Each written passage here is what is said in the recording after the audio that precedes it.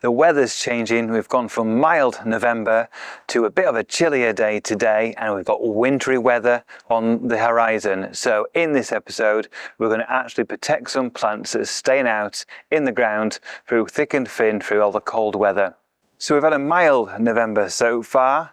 It's been pretty decent every day. Yes, we might not have had the sunniest days all the time, but we've not had frosty nights or mornings either, so plants are still looking good in the garden. But I would say today, it's probably the last time I'm going to have a sea of all these flowers and foliage looking so good, because wintry weather is on the way.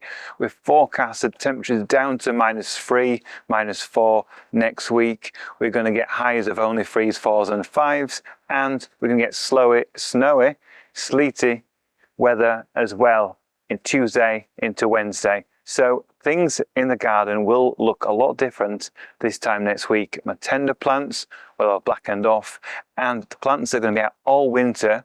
Some of them are not fully hardy and will need some protection against any slushy snow, and we're going to look at that protection right now. So here we are at my main arid bed, and all I've done to protect these agaves here is drive some timbers into the ground with a sledgehammer, and then I've used this old polycarbonate structure that I made several years ago. It's had many screws through it over those years as I have adapted this as the plants have grown taller and bigger. But it's got polycarbonate sheets onto some timbers, and then I've just screwed those into some posts, and all this does is stop the rain and the snow and the sleet getting into the center of the agaves underneath, because the agaves hate snow and ice in the center between those leaves where they get cold, and then the ice expands and you get frost damage, you get cold damage on those leaves, and you can get rot. So next week we might get -3, -4, which isn't an issue for these plants provided they've got good drainage and some sort of overhead shelter. I made this polycarbonate one here, but you could have some large trees overhanging, which means they, in a rain shadow basically, so you don't get that moisture at ground level, provided obviously the plants are in full sun, so they're south facing, so they get that good sun so they can grow well in summer. But a shelter is probably best. These plants can survive without a shelter, but the ice and the snow can damage the leaves and make them look quite tatty come spring. So if you want to keep your plants looking really good year after year, because they are quite slow growing and that damage does show for several years, give it a shelter. It really does benefit these plants, even if they're hardy temperature wise. That moisture, that snow, that ice can really damage and rot off the leaves and sometimes kill the whole plants.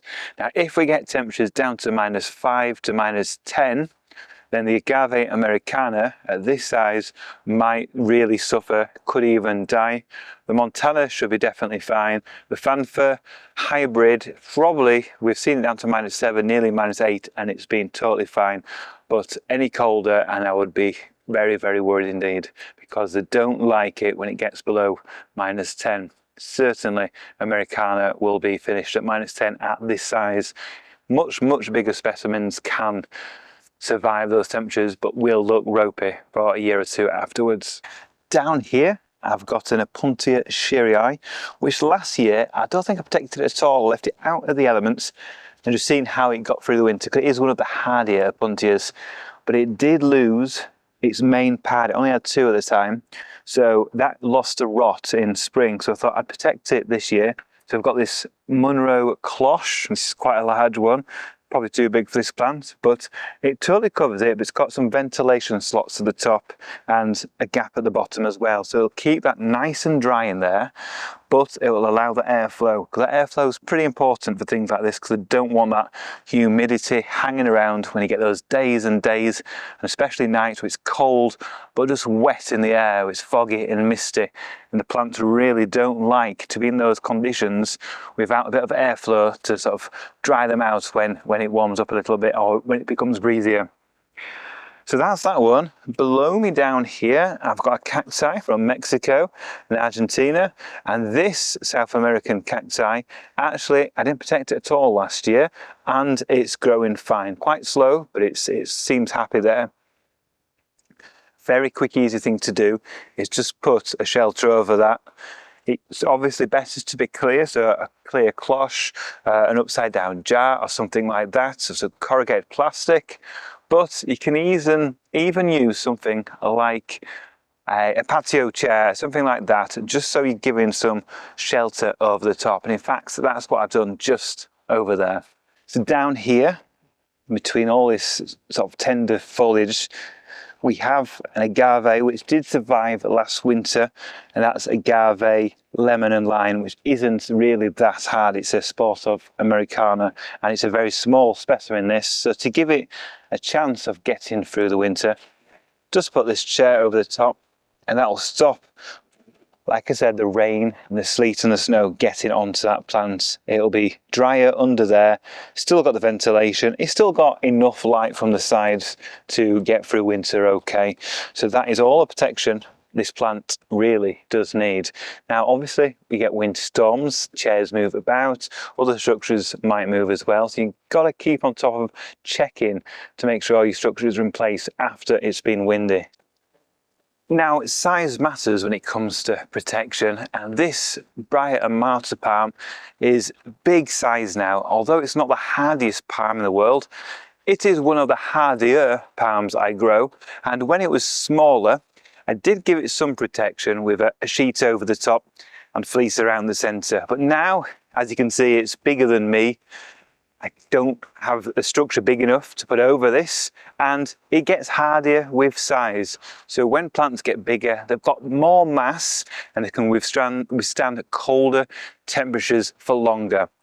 If this got to be really, really cold for too long, and I knew we were going to get some really heavy snow, not just a day of light snow, but heavy snow for several days, I would put fleece around the centre, the spear, the growing point, just to keep that compacted ice from forming at the centre. But the important thing is, with palms, they do not want to be wrapped up for ages in the UK because of the high humidity.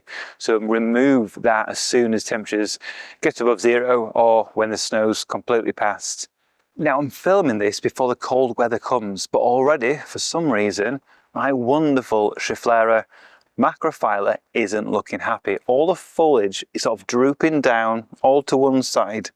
It's definitely not cold damage. It's the end of the season. We've had no cold all year because it's been spring, summer and autumn, but it's looking unhappy. It's pretty stable in the ground. So I think this plant is suffering something at the roots. It's either been too wet for too long or too dry for too long. And my bet is probably it's been too wet for too long, because it's been exceptionally wet last winter, and then we've had a pretty wet year overall, and it's looking unhappy. So when a plant looks unhappy like this with drooping leaves, normally it's because it's been overwatered and the roots have started to rot. So time will tell if this Schefflera macrophylla will get through winter. Like I said, it's had no cold damage at all to it this year, but it's not looking happy. It was looking great 2 or 3 weeks ago, but over the last couple of weeks, it's just looking very sad for itself. So fingers crossed it makes it through winter and we'll have a beautiful looking Schefflera next year.